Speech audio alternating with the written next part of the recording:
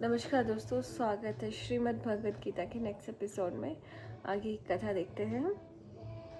तो श्री कृष्ण जी बोल रहे हैं कि निस्संदेह किसी भी देहधारी प्राणी के लिए समस्त कर्मों का परित्याग करना पाना असंभव है। कि भी हम ऐसा नहीं हो सकता कि हम कुछ भी ना करें, राइट।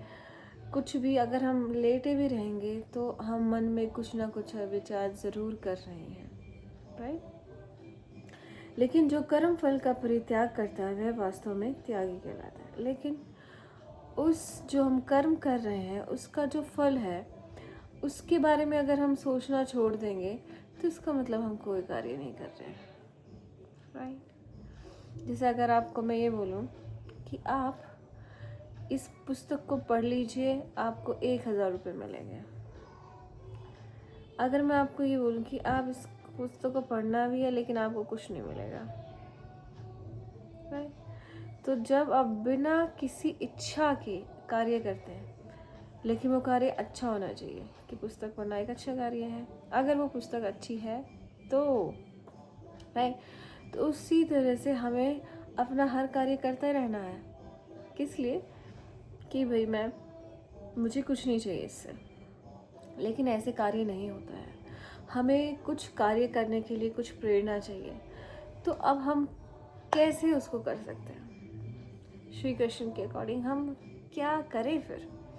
हम कोई अपना बड़ा संकल्प, ऐसा बड़ा संकल्प ले सकते हैं जो कि जिसके लिए हम सारे दिन लगे रहें, और वो संकल्प से हमारा कोई पर्सनल लाभ ना होता हो, लेकिन समाज के लिए बहुत अच्छा है। मतलब मैं अपने भोग के लिए उस चीज़ का यूज ना करूं, बस समाज की सेवा के लिए, या फिर उससे किसी को नुकसान ना हो, ऐसी चीज़ों के लिए आप बड़ा संकल्प ले सकते हैं। जैसे कि भाई मुझे पैसे चाहिए, क्यों? क्योंकि मुझे 1000 पेड़ लगाने हैं। अब उसमें आपका व्यक्ति के कोई तो भोग नहीं है, लेकिन आपने एक संकल्प उठा लिया है कि भैया मुझे 1000 पेड़ लगाने हैं और उनकी देखभाल करनी है। तो इसी तरह से क्या होगा, आपको हर कार्य करना है कि मैं ये पुस्तक पढ़ रही हूँ या आपको मैं वीडियो बना रही हूँ, तो इसके पीछे मेरा उद्देश्य क्या है कि बहुत सारे जो लोग हैं वो गीता के ज्ञान को समझें और हमारा समाज एक सुंदर समाज बन जाए। वहाँ पे द्वेष, घृणा, लोभ, क्रोध वो कम हो जाए, इसलिए मैं ये वीडियो बना रही हूँ, राइट। तो हमें ऐसे ही कर्म करने होंगे, तभी हम त्यागी कहलाएंगे, तभी हमारे जीवन में संन्यास आ सकता है। अब जीवन में संन्यास क्यों चाहिएगा? क्योंकि हमें मन की शांति मिलती है संन्यास से।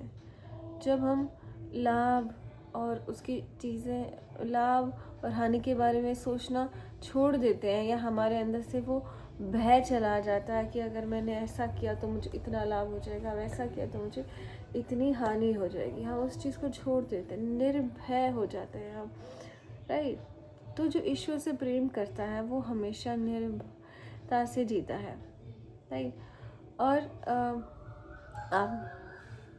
आपने, राइट, तो इस तरह से हम अपने कार्य कर सकते हैं बिना किसी इच्छा के, राइट।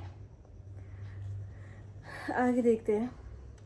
जो त्यागी नहीं है उसके लिए इच्छित, अनिच्छित तथा मिश्रित, ये 3 प्रकार के कर्म फल मृत्यु के बाद मिलते हैं। लेकिन जो सन्यासी है उन्हें ऐसे फल का सुख दुख नहीं भोगना पड़ता। तो जो त्यागी नहीं है, जो नॉर्मल इंसान है, वो क्या करता है? कभी इच्छा के साथ कार्य करते हैं, कभी फल की इच्छा के बिना भी कार्य करते हैं, कभी मिश्रित कार्य भी करते हैं। तो ऐसे लोगों को क्या है, 3 प्रकार के कर्म फल मृत्यु के बाद मिलते हैं। तो तीनों तरह के फल उसे मृत्यु के बाद मिलते हैं। ऐसा जन्म मिल जाएगा, राइट, या स्वर्ग में जाएंगे, या नरक में जाएंगे, या तेल में तला जाएगा, या आग में भुना जाएगा। वो हर तरह का जो फल है उनको मिलेगा, राइट। ठीक है, तो ऐसा होगा। और जो सन्यासी है, जो त्याग पूर्ण कर रहा है, उसको ये सुख और दुख नहीं भोगना पड़ेगा, दुख नहीं भोगना पड़ेगा, ये तो बहुत अच्छी बात है। सुख भी नहीं भोगना पड़ेगा उसे ये गलत बात हो जाती है ना। हमें लगता है कई बार नहीं सुख तो चाहिए ना, लेकिन सुख और दुख तो साथ आता है, इसको आप अलग नहीं कर सकते। इसमें फेविकॉल का जोड़ लगा हुआ है। तो अगर आपको दुख से बचना है तो सुख को भी छोड़ना पड़ेगा, राइट। हाँ भाई, दुख नहीं चाहिए हमें। हमें सिर्फ और सिर्फ दुख नहीं चाहिए। सुख मिले ना मिले, दुख नहीं चाहिए। तो जो ऐसा सोचते हैं वो मोक्ष को पा सकते हैं। लेकिन अगर आपके मन में कहीं भी छोटी सी भी आशा है कि मुझे सुख भोगना है, मुझे इस जीवन में दोबारा आना है, मुझे फिर से आइसक्रीम खाना है तो फिर आपको दुख भी मिलेगा राइट। तो हे महाभाव अर्जुन, वेदांत के अनुसार समस्त कर्म की पूर्ति के लिए 5 कारण हैं। अब तुम इन्हें मुझसे सुनो। वेदांत के अनुसार समस्त जो कार्य हैं, जितने भी कार्य हैं, उनकी पूर्ति के लिए 5 कारण हैं। कौन कौन से? कर्म का स्थान शरीर, कर्ता, फिर विभिन्न इंद्रियां, अनेक प्रकार की चेष्टाएं तथा परमात्मा, ये 5 कर्म के कारण है। तो कोई भी कर्म होगा ना, उसका क्या कारण होगा? सबसे पहला है तो शरीर। ऑब्वियसली हमें एक शरीर चाहिए कोई काम करने के लिए। फिर है कर्ता, फिर उसको करने वाला चाहिए जो कि हम हैं। फिर विभिन्न इंद्रियां, तो किसी इंद्रिया से तो करोगे आप, अपना हाथ से, आँखों से, कोई इंद्री तो आपको यूज़ करनी पड़ेगी कोई काम करने के लिए। फिर अनेक प्रकार की चेष्टाएं, जो तीनों गुण हैं हमारे, उनको घटाना बढ़ाना पड़ेगा ताकि वो काम हो जाए। चेष्टा करनी पड़ेगी, प्रयत्न करना पड़ेगा। और फिर है परमात्मा। ये जो 5वां है ना, ये हम भूल जाते हैं। परमात्मा हम भूल जाते हैं कि परमात्मा के बिना कोई कार्य नहीं हो सकता है, राइट। और परमात्मा के साथ ही कार्य हो सकता है। ओके, तो आपको परमात्मा का सहारा लेना पड़ेगा कोई भी कार्य करने के लिए। तो पहले ही बोल दो कि भगवान please help me to do this work, क्योंकि आपके बिना ये कार्य नहीं हो सकता है। लेकिन हम उसे भूल जाते हैं। हम सोचते हैं मैं ही करता हूँ, बस। करता तो हो आप, लेकिन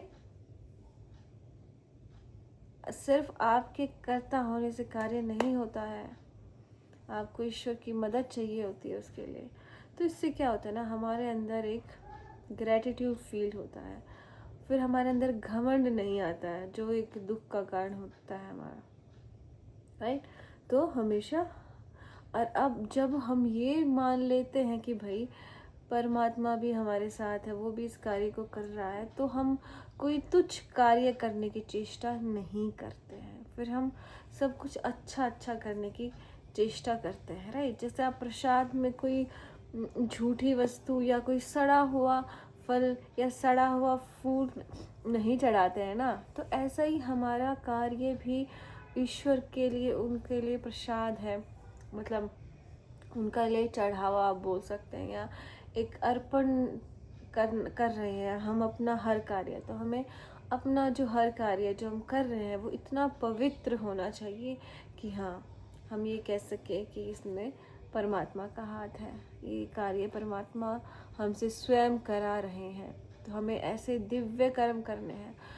कोई भी सिचुएशन हो, कैसी भी सिचुएशन हो, हमें हमेशा दिव्य कर्म करने हैं, क्योंकि परमात्मा के लिए हम कार्य कर रहे हैं, परमात्मा द्वारा वो कार्य हो रहा है, राइट। तो दिव्य कर्म का हाथ नहीं छोड़ना है।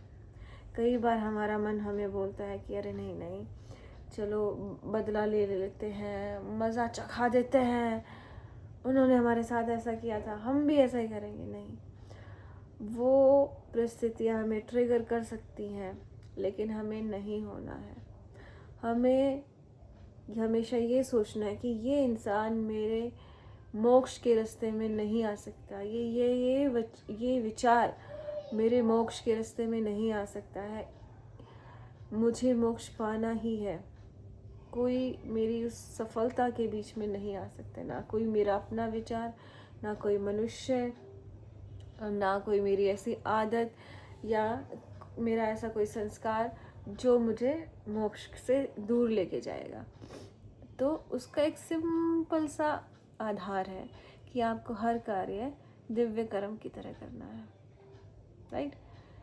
किसी को सुधारने की ज़रूरत नहीं है, या किसी को उसकी गलती भी बतानी है तो ऐसे बताओ कि उसकी माँ बता रही है, उससे प्रेम जता रही है। आप किसी को गलती भी बता रहे हो ना उसकी, तो उसको ये समझ आना चाहिए कि आप उससे कितना प्रेम करते हैं, मतलब बहुत ही प्यार से, राइट। क्यों? क्योंकि इससे आपका फ़ायदा होता है कि आपके अंदर द्वेष, घृणा या नफ़रत पैदा नहीं होती है, राइट। अभी इसी का एहसास हुआ मुझे, मैंने कुछ ऐसी वीडियो बना दी थी, राइट, जिसमें मैं समझाने की कोशिश कर रही थी किसी को, लेकिन जो मेरा ढंग था वो मुझे कहीं ना कहीं स्टार्टिंग में तो थोड़ा अट्रैक्टिव लग रहा था, लेकिन बाद में मुझे ऐसा लगा कि मैं नहीं, शायद मैं किसी को दुख पहुंचाऊंगी। तो मेरे अंदर इतनी ग्लानि हो गई और वो वीडियो फिर मैंने डिलीट कर दी कि भाई अगर मुझे किसी को समझाना है तो मैं उसे नीचा नहीं दिखा सकती, चाहे वो कितने भी नीचे हो, मैं नहीं दिखा सकती किसी को नीचा, क्योंकि वो मेरा स्वभाव ही नहीं है, राइट। अगर मैं अपने दुश्मन को समझाऊंगी तो भी प्यार से समझाऊंगी, क्योंकि मेरे पास सिर्फ और सिर्फ प्रेम है। मेरे पास नफ़रत या फिर गंदगी या फिर किसी को ताना मारना, ये मेरा स्वभाव है ही नहीं। और जब भी मैं अपने स्वभाव को छोड़कर दूसरे का स्वभाव अपनाती हूँ तो मुझे दुख ही होगा, मुझे सुख नहीं मिल सकता है, राइट। तो ये मैंने उस चीज़ से समझा कि भाई मैं अब उस स्टेट पे आ गई हूँ कि मैं किसी को दुख भी नहीं, दुख तो हम पहुँचाने की कोशिश नहीं करते हैं किसी को, राइट, लेकिन जो हमारा बोलने का तरीका है या कह सकते हैं कि हम दुश्मन के लिए भी बुरे शब्द यूज़ नहीं करना चाहते हैं। हमारे अंदर से ग्लानि हमें हो रही है कि नहीं, ऐसे तो सभी करते हैं, हम क्या नया कर सकते हैं, हम दिव्य कर्म क्यों छोड़ रहे हैं किसी के लिए, क्यों उन्हें बाधा बना रहे हैं अपने लक्ष्य के बीच में, राइट। तो बाद में मुझे इस बात की खुशी भी हुई कि मैंने अपने ऊपर द्वेष को हावी नहीं होने दिया, या किसी को जब हम बुरा भला बोलते हैं या फिर उनके प्रति कुछ कटाक्ष या उनका मजाक बनाते हैं तो हमारे अंदर एक अजीब सी खुशी होती है जिसे हम पहचान नहीं पाते, एक छोटी सी जीत महसूस होती है कि अरे हम देखा, हमने उन्हें मज़ा चखा दिया। उस जीत से दुखी होने लग जाओ, जब आप उस जीत से दुख मिलता है जब हमें, तो समझ लीजिए आपके अंदर पवित्रता आ रही है धीरे धीरे। तब मैंने डिसाइड किया कि नहीं भाई, no, this is not my way, मुझे सिर्फ दिव्य कर्म करने हैं, राइट। दूसरों के को सुधारने के चक्कर में अगर आपके अंदर खुद ही क्रोध या फिर कठोरता आ जाए आपके स्वभाव में, तो उससे किसका फ़ायदा होगा? फ़ायदा तो किसी का नहीं, लेकिन आपका नुकसान ज़रूर हो जाएगा। इसलिए नो बदलाव, चाहे कितना भी किसी ने आपके साथ कुछ किया हो या कुछ भी बुरा हो रहा हो, उसको हैंडल करने का एक अच्छा, सच्चा और दिव्य रास्ता ज़रूर होता है। स्टार्टिंग में आपको वो तरीका शायद बोरिंग भी लगे या फिर वो रास्ता आपको दिखाई ही ना दे, लेकिन अगर आपने कभी भी सच्चे मन से ईश्वर को पुकारा है या सच्चे मन से ईश्वर की भक्ति की है, तो देर से ही सही ईश्वर आपके मन में वो जोत दोबारा से जगा देंगे और आपको बुरे कार्य करने से वो बचा लेंगे। यहाँ पे बुरे कार्य का मतलब बहुत गहरा है, मतलब छोटे से छोटा कार्य जब आप ये सोच के करते हैं कि भाई नहीं ऐसा मुझे नहीं करना चाहिए या ये दिव्य कर्म नहीं है, उस श्रेणी में चला जाता है फिर, राइट। जबकि समाज में ऐसा लगेगा कि अरे ठीक ही किया तुमने तो, लेकिन नहीं, हमें अपनी अंतरात्मा से पूछना है, उस परमेश्वर से पूछना है कि क्या ईश्वर ने हमें इस लेवल का इंसान बनाया या इससे ऊपर का बनाया है। वो हमारा दिमाग, हमारा मन, हमारी बुद्धि, हमारी आत्मा को डिसाइड करने दीजिए। किसी दूसरों की भावना से हमें प्रभावित नहीं होना है, और इसे हमें टाइम देना होता है, समझना होता है कि हाँ आपको लाइफ में क्या चाहिए, राइट। आगे देखते हैं। मनुष्य अपने शरीर, मन या वाणी से जो भी उचित या अनुचित कर्म करता है वह इन 5 कारणों के फलस्वरूप होता है, राइट। तो ये जो 5 कारण बताए गए हैं, इनके कारण ही हमारे शरीर से, मन व वाणी से उचित भी होता है और अनुचित कर्म भी होता है। ये आपके हाथ में है। अब आपको ईश्वर का साथ पकड़ के उचित कार्य करने हैं या उसका साथ छोड़कर अनुचित कार्य करने हैं, ये आपके हाथ में है, सिर्फ और सिर्फ आपके हाथ में है। तो हमें किसे चुनना चाहिए? उचित कार्य को। देखिए, उचित कार्य करने में ना देर नहीं लगती है, आप कर सकते हो उचित कार्य, राइट। लेकिन आपने, अगर आप दिन में 100 कार्य कर रहे हो ना, तो एक उचित कार्य करने में कोई प्रॉब्लम नहीं होती, 2 करने में, 3 करने में। लेकिन 100 में से 90 उचित कार्य करने में भी इतना बल लगता है जितना 100 हाथियों का बल हो। इतना बल लगाना पड़ता है आपको, इच्छा शक्ति जगानी पड़ती है, हर पल सजग रहना पड़ता है, राइट। और 100 में से 100 करना है तो वो परमात्मा के बिना नहीं हो सकता। आपको खुद को परमात्मा को सौंप देना पड़ता है उसके लिए कि भगवान आपके हाथ में, आप सब संभाल लो इसको।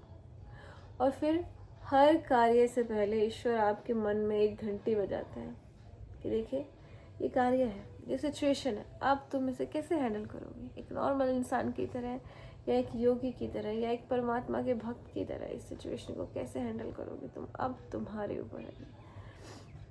और घंटी बजाने के बाद भी अगर हम अनुचित कार्य करते हैं, कई बार करते हैं, क्योंकि उचित कार्य करने के लिए आपको अपने ईगो को मारना पड़ेगा, अपने घमंड को मारना पड़ेगा, अपने आप को रोकना पड़ेगा, अपने से छोटों के सामने कई बार शायद झुकना भी आपको पड़ जाए उचित कार्य करने के लिए।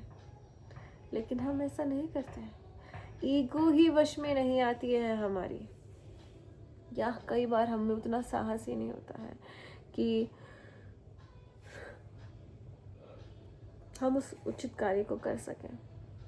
क्योंकि कई बार उचित कार्य करते हुए हमें अपनी गलती भी माननी पड़ती है, और खुद की गलती मानना और दूसरों के सामने मानना वो तो इम्पॉसिबल सा हो जाता है कई बार। तो इस तरह से हमें ईश्वर को समर्पित कर देना है, और जब भी वो याद दिलाए कि उचित कार्य करना है, दिव्य कर्म करने हैं, दिव्य कर्म करने हैं, तो दिन में इतनी बार आपको ईश्वर का एहसास हो जाएगा ना वरना जिस ईश्वर को आप ढूंढते रहते वो हर पल आपको अपना एहसास दिलाएगा, हर पल वो आपको साक्षात दर्शन करेगा कि यहाँ पे अब मेरा कहाँ मानो। जैसे छोटे बच्चे के साथ माँ हमेशा घूमती रहती है, अरे बेटा इसको मत उठाओ, गिर जाओगे, इसको मत खाओ, छी गंदा है, नीचे फेंको, राइट। ऐसे ही ईश्वर आपके सर के ऊपर बैठ जाएगा और आपको बोलेगा नहीं, इस सिचुएशन में ऐसा मत करो, इस सिचुएशन में ऐसा मत करो। अब वहाँ पर आपको एक अच्छा बच्चा बनना है। अगर आप एक अच्छा बच्चा बन गए तो फिर ईश्वर आपके साथ हमेशा रहेगा। अगर आपने ईश्वर की बात नहीं मानी, जब बच्चा अपने माँ की बात नहीं मानता तो 2-3 बार तो समझाती है माँ, और फिर चड़ाक, राइट। और फिर मारने से भी नहीं मानता तो फिर माँ बोलती है कि चल भाड़ में जा, तू क्या करो, ना तू प्यार से मान रहा, ना तू मार से मार रहा है, अब खुद गलती करेगा, भुगतेगा, तभी तेरे को समझ आएगा। तो ऐसे ही ईश्वर करता है हमारे साथ, राइट? क्योंकि ईश्वर का साथ पाना कोई आसान बात तो नहीं होती है, राइट? इसी तरह सबकी माँ नहीं होती है, सबको माँ नसीब नहीं होती है, राइट? तो आपको वो देखना है पूरे दिन में कि आपने कितनी बार ईश्वर की बात मानी। अगर आप मानते जाते हो तो ठीक है, फिर ईश्वर आपके साथ है। नहीं मानते तो फिर ईश्वर ही बोलता है ठीक है, बाद में तू कर ले तेरे को जो करना है, अगले जन्म में तो मेरे को ही तेरे कर्मों का फल देना है और उसी के अकॉर्डिंग तेरा जन्म होगा, राइट? तो हमें चाहे तो हम ईश्वर का हाथ पकड़ लें या छोड़ दें, ये हमारे हाथ में है। तो उसी तरह ईश्वर के हाथ में भी है कि वो अगले जन्म में आपका साथ देंगे या नहीं देंगे, आपको मुक्ति मिलेगी या नहीं मिलेगी, राइट? आगे देखते हैं। अतएव जो इन पांचों कारणों को न मानकर अपने आप को ही एकमात्र कर्ता मानता है, वह निश्चय ही बहुत बुद्धिमान नहीं होता और वस्तुओं का सही रूप में नहीं देख सकता है, राइट? जो अपने आप को मानेगा कि मैं ही करता हूँ, अगर उसको ये बोले कि भाई ये इतने सुंदर सुंदर पेड़ किसने बनाए, ये झरने किसने बनाए, ये पहाड़ किसने बनाए, ये इतनी सुंदर सुंदर फूल घास पत्तियाँ ये किसने बनाई? बोले नहीं नहीं मैंने बनाई है। अच्छा तो फिर वहीं पे बात ख़त्म हो जाएगी। सो हमें हमेशा ये सोच के चलना है कि भाई हम बुद्धिमान हैं, राइट? बुद्धिमान व्यक्ति हैं हम। और बुद्धिमान व्यक्ति क्या करता है, वो कभी भी ये नहीं कहता कि ये सारा काम मैंने किया है। और जो ये बोलता है कि मैंने किया है, वो बुद्धिमान नहीं है, राइट? अब एक बुद्धिमान इंसान को पता है कि ये पंखा क्यों चल रहा है, बिजली के कारण, राइट? लेकिन अगर आप ऐसे इंसान को लेके आएंगे जिसको बिजली का पता नहीं है, और फिर आप उसको बोलो कि भाई देख अब इस पंखे को मैं घुमा के दिखाऊंगा, और आप चुपके से बिजली का उसका स्विच दबा देते हो, तो उसको क्या लगता है, हाँ तूने ही चलाया ये पंखा क्योंकि किसको पता ही नहीं, उसको ज्ञान ही नहीं है कि बिजली के पंखे को चलाने के लिए बिजली की आवश्यकता होती है। तो ऐसे ही बुद्धिमान व्यक्ति को पता है कि सारे कार्य ईश्वर से ही संपन्न होंगे, मैं नहीं कर सकता कोई भी कार्य उनके बिना। लेकिन बुद्धिहीन व्यक्ति कैसे सोचेगा, माना है किया है सारा काम। चलिए तो आज के लिए इतना ही करते हैं, फिर से पढ़ेंगे ये चैप्टर काफ़ी बड़ा है।